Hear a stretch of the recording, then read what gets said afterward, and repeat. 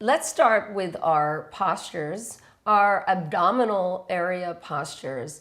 So know that when we're talking about these postures, though, that a lot of the postures are interchangeable.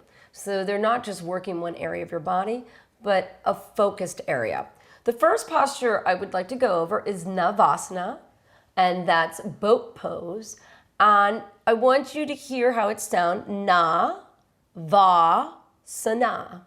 So say that. Na, va, sana. Navasana, just meaning boat. The focal point of Navasana would be the core of the pelvis.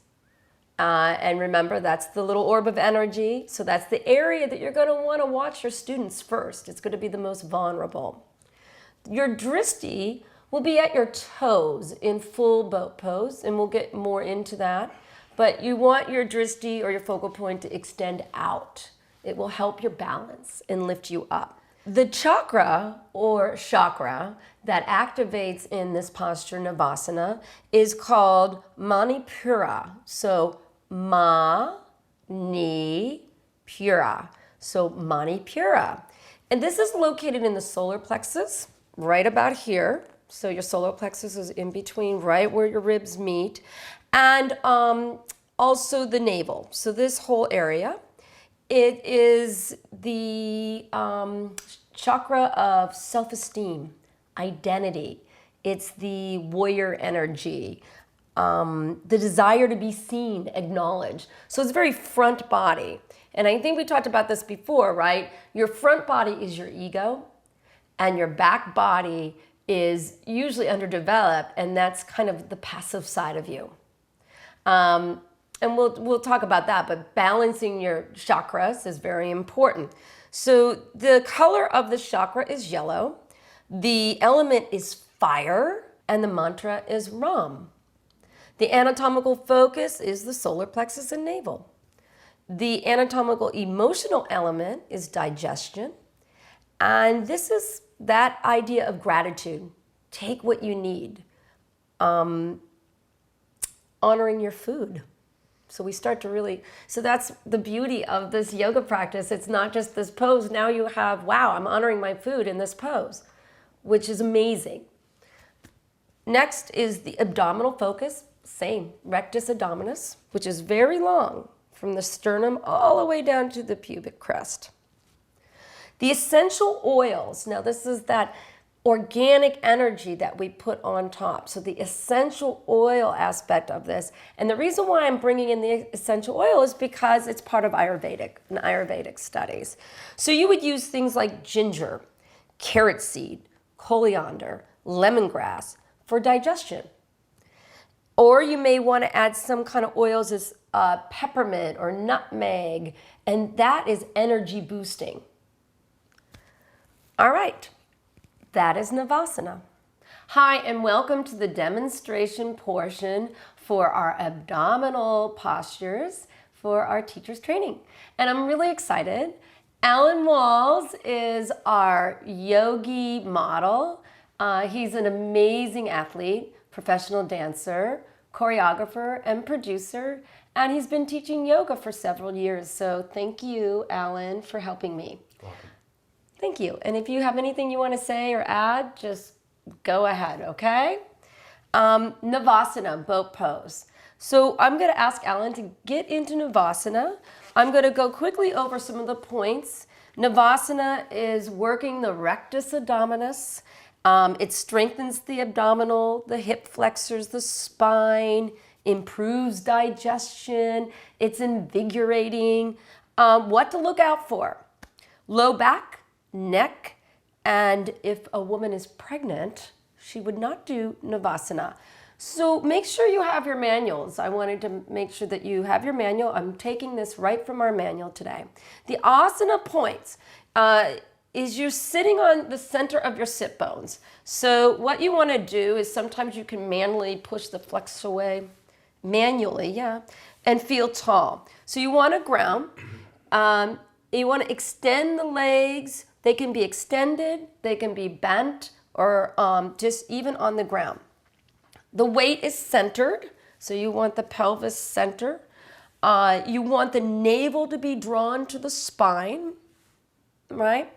And you want to also think about the back body. So he's nice and long. So from hip to under the armpit is nice and long. And your plumb line is right down the center. So making sure that the shoulders draw away from the ears, the crown of the head goes forward, the chin is in neutral position, and sometimes this type of chin lock, just drawing back, but you don't want to lock. It's more of a drawing back. Everything's in alignment, hips and shoulders all stacked. Then we're going to go into the pose. And Alan, let's first start the pose with the hands on each side. So there are some people, try the hands that way and then try them the other way and see. How does that feel? A little better. So for a beginner, they might just leave their hands on the floor. And they might just draw the navel to the spine and lift one leg up at a time, just a little bit off the floor. Yeah.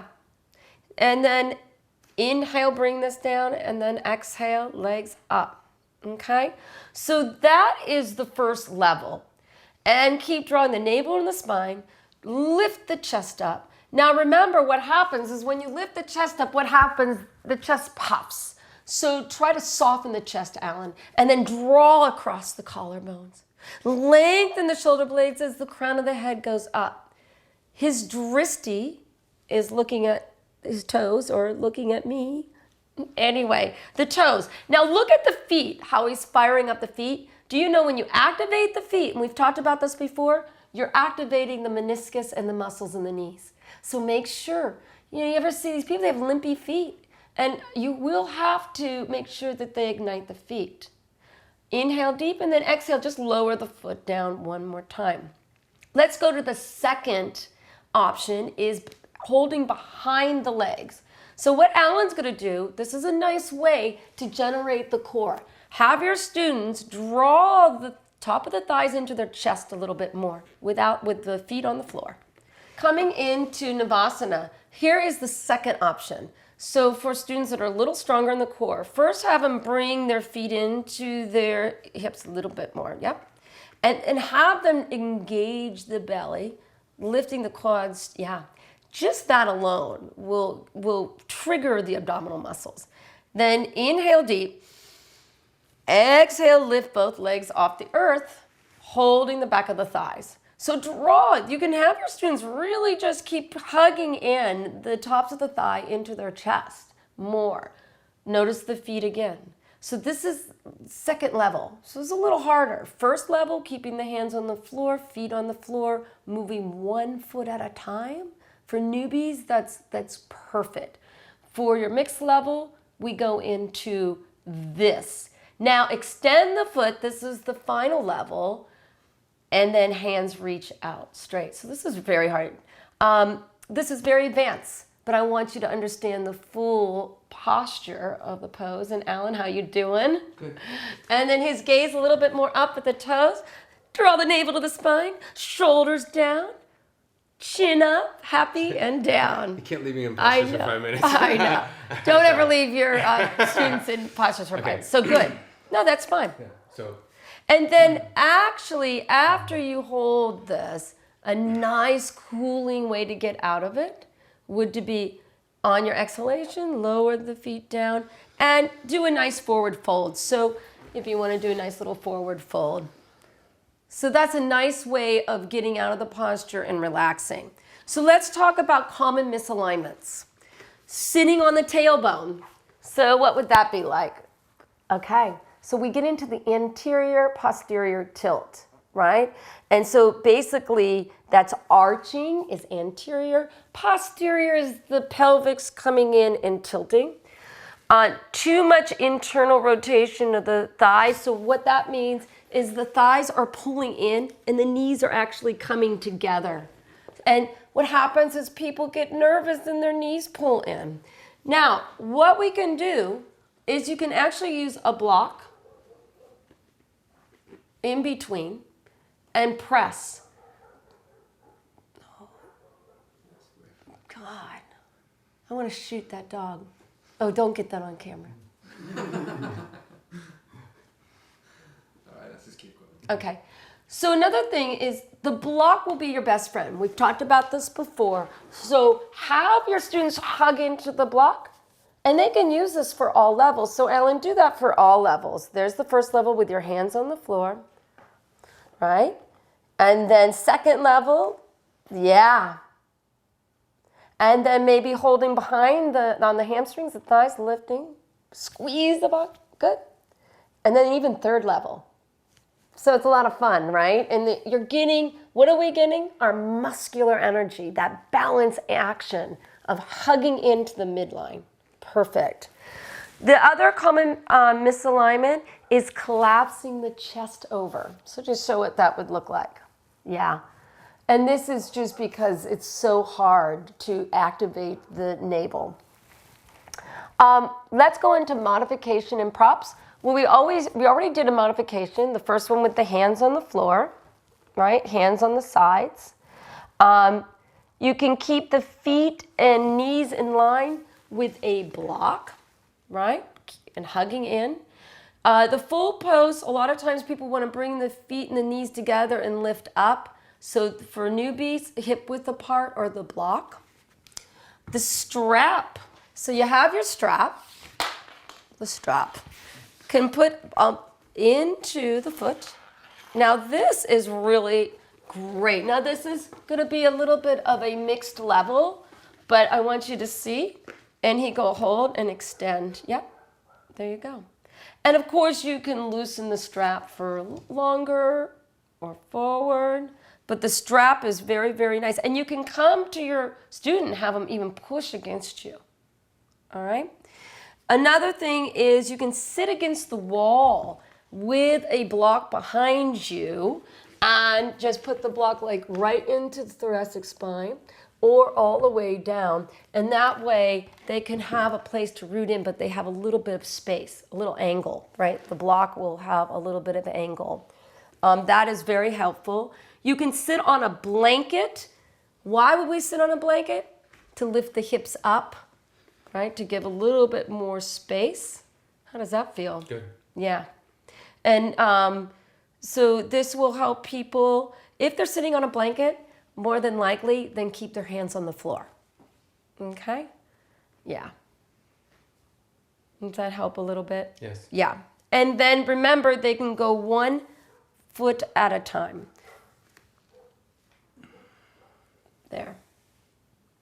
So that's the modifications. That's a lot of dog. Wow. Okay. So as hands-on instructions, you would offer the block. You can actually, now I'm going to come out of frame, but I'll go back in. You can go behind your student like this, go into the posture, and hold right here. So you can actually, even as they lift up, you can actually push, right? And don't be afraid to just kind of hold them up. You can be the wall, all right? And that's it. You want to come gently. You can remind them to draw the shoulders away from the ears, or your verbal cues is very, very helpful. And that is Navasana boat pose.